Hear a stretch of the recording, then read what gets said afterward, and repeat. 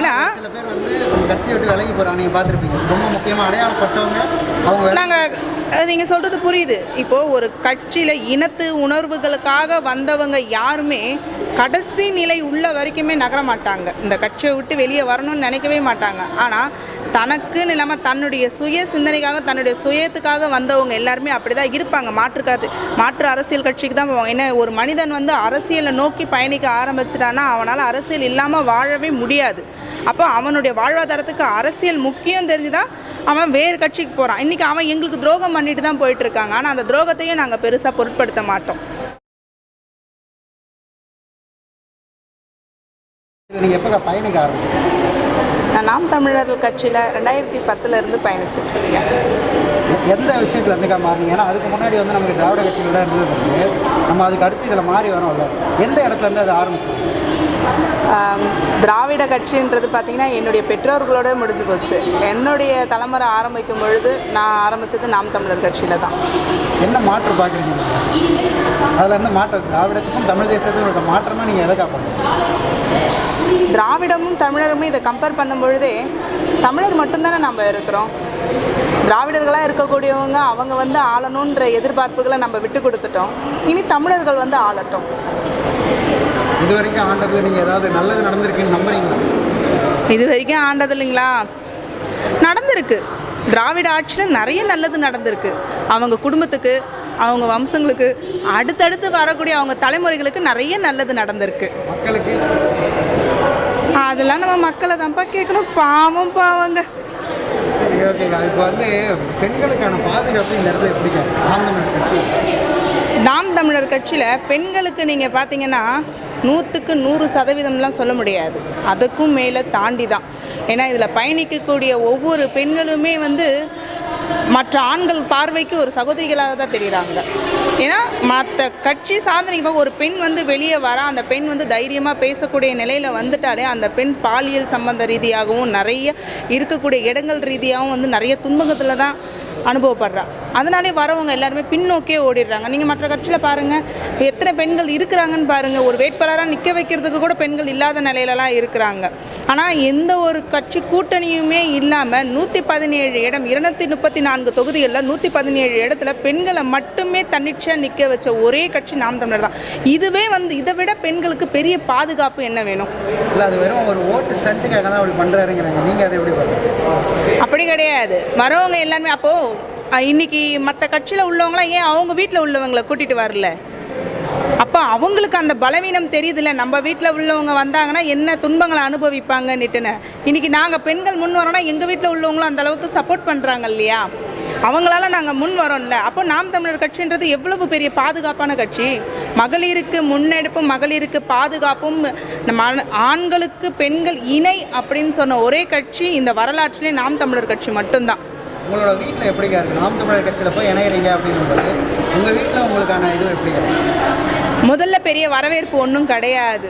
என்ன காரணம்னா, நாம் தமிழர் கட்சியில் போனால் தெருவு கத்திக்கிட்டு தான் கிடக்கணும், ஒன்றும் பெரிய பலன் கிடையாதுன்னாங்க. அந்த இடத்துல நாங்கள் வந்து பணத்துக்காக இங்கே வரலை, இனத்துக்காக உணர்வுகளுக்காக தான் நாங்கள் வந்தோம். திராவிட ஆட்சியில் அவங்க ஆண்டுட்டாங்க. அவங்க ஆண்டு இன்றைய காலத்தில் எங்களுடைய தலைமுறைக்கே எங்களுக்கு தேவையானது என்னமோ சராசரி எங்களுக்கு கிடைச்சது கிடையாது. இலவச ஒரு கல்வின்றது, தரமான கல்வியே எங்களுக்கு கிடைக்கல. அரசாங்கத்து மூலியமாக கிடைக்கக்கூடிய கல்வியே இன்றைக்கி தனியார் மூலியமாக நாங்கள் பணம் கொடுத்து தான் வாங்கிட்டு இருக்கோம்.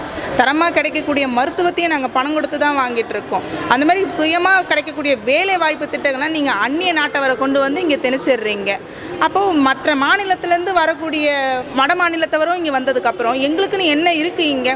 அப்போ நாங்கள் எங்கள் நாட்டிலே, சொந்த நாட்டிலே அகதிகளாகவும் கொத்தடிமைகளாகவும் தான் நாங்கள் வாழ்ந்துட்டுருக்கோம். இது எதுவுமே இல்லாமல் மாற்றி அமைக்கணுன்றதுக்காக தான் மாற்று கட்சின்றதுனால நாங்கள் நாம் தமிழர் கட்சி தான் சிறந்த கட்சின்னு இதில் இருக்கோம். சரிங்க. இப்போ இந்த கட்சியில் இணைஞ்சு இவ்வளோ வருஷம் பயணிச்சுட்டு இருக்கீங்க. இப்போ அண்ணன் பேசுகிறதுலேருந்து ஏதோ ஒரு இடத்துல ஏதாவது குறைகள் இல்லை இந்த விஷயம் மாற்றலாம் அப்படின்னு சொல்லிட்டுலாம் ஒரு சில பேருக்கு தோணும். உங்களுக்கு ஏதாவது தோணியிருக்காரு அரசியல்? எங்கள் அண்ணன் பேசுகிறத கேட்டு தான் நாங்கள் வந்தோமே. எங்கள் அண்ணனுடைய உணர்வுகளை பார்த்து தான் எங்களுக்கு உணர்வுகளை தூண்டி நாங்கள் இங்கே வந்தோம்.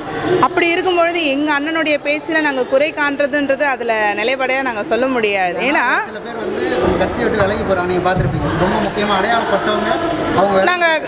நீங்கள் சொல்கிறது புரியுது. இப்போது ஒரு கட்சியில் இனத்து உணர்வுகளுக்காக வந்தவங்க யாருமே கடைசி நிலை உள்ள வரைக்குமே நகர மாட்டாங்க. இந்த கட்சியை விட்டு வெளியே வரணும்னு நினைக்கவே மாட்டாங்க. ஆனால் தனக்குன்னு இல்லாமல் தன்னுடைய சுய சிந்தனைக்காக தன்னுடைய சுயத்துக்காக வந்தவங்க எல்லாருமே அப்படி தான் இருப்பாங்க.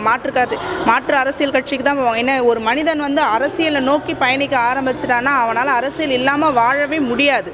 அப்போ அவனுடைய வாழ்வாதாரத்துக்கு அரசியல் முக்கியம் தெரிஞ்சுதான் அவன் வேறு கட்சிக்கு போகிறான். இன்றைக்கி அவன் எங்களுக்கு துரோகம் பண்ணிட்டு தான் போயிட்டுருக்காங்க. ஆனால் அந்த துரோகத்தையும் நாங்கள் பெருசாக பொருட்படுத்த மாட்டோம்.